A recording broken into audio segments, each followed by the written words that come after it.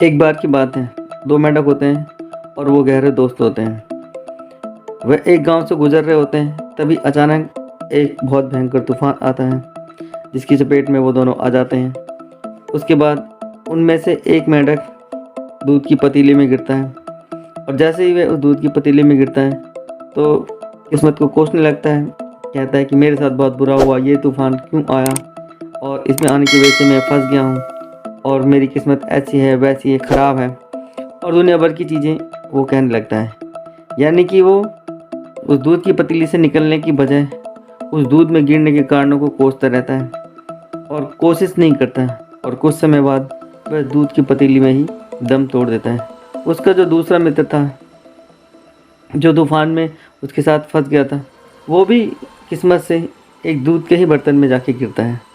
उसके बाद वो देखता है कि इस तूफ़ान की वजह से मैं एक दूध के बर्तन में गिर गया हूँ, लेकिन वो हिम्मत नहीं हारता है और सकारात्मक नज़रिया रखता है। वो सोचता है कि अब मुझे क्या करना चाहिए। अगर मैंने कोशिश नहीं की, अगर मैंने कुछ नहीं किया तो इस दूध की पतीली में मर जाऊँगा। उसके बाद मेंढक सोचता है और धीरे धीरे अपने पंजों को उस दूध में चलाना शुरू कर देता है।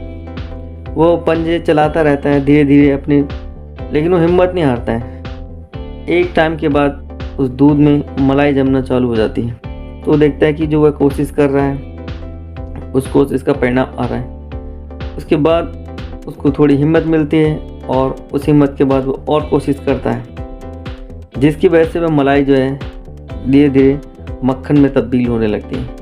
और एक समय ऐसा आ जाता है कि उस दूध के बर्तन में काफ़ी मक्खन इकट्ठा हो जाता है, जिसके बाद वह मेंढक उस मक्खन को बेस बनाकर, यानी मक्खन एक ठोस सतह के रूप में बन जाता है, जिस पर से मेंढक जंप करके या उछल के उस दूध के बर्तन से बाहर आ जाता है। देखिए, कहानी का मोटिव ये है कि जीवन में समस्याएं सभी लोगों के आती हैं, लेकिन उस समस्याओं के प्रति हमारा जो नज़रिया है, हमारा जो एटीट्यूड है, वो ये बताता है कि हम समस्याओं को कैसे लेते हैं। देखिए, अगर आप सिर्फ समस्या पर ध्यान केंद्रित करेंगे तो आपको समस्या ही नज़र आएगी, और अगर आप समाधान पर ध्यान केंद्रित करते हैं तब आपको समस्या बहुत छोटी लगेगी।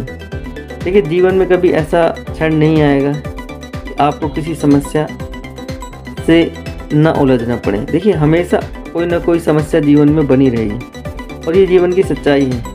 जो लोग सकारात्मक नज़रिया रखते हैं, पॉजिटिव एटीट्यूड रखते हैं, वे जीवन में बड़े से बड़ी समस्या को भी हल कर लेते हैं, क्योंकि उनका मानना है कि समस्याएं जीवन का हिस्सा हैं, भाग हैं। आप इनको अपने जीवन से अलग नहीं कर सकते। देखिए, समस्याओं का आना तय है, लेकिन उन समस्याओं से किस तरह से हमको डील करना है, किस तरह से उनको हैंडल करना है, ये हमारी सोच पर निर्भर करता है। तो जीवन में कभी ऐसा ना सोचें कि आप ही के साथ गलत हुआ है या आप ही के साथ बुरा हुआ है। देखिए, ये सभी के साथ है, लेकिन हमें अपना जो नज़रिया है वो हमेशा पॉजिटिव रखना चाहिए।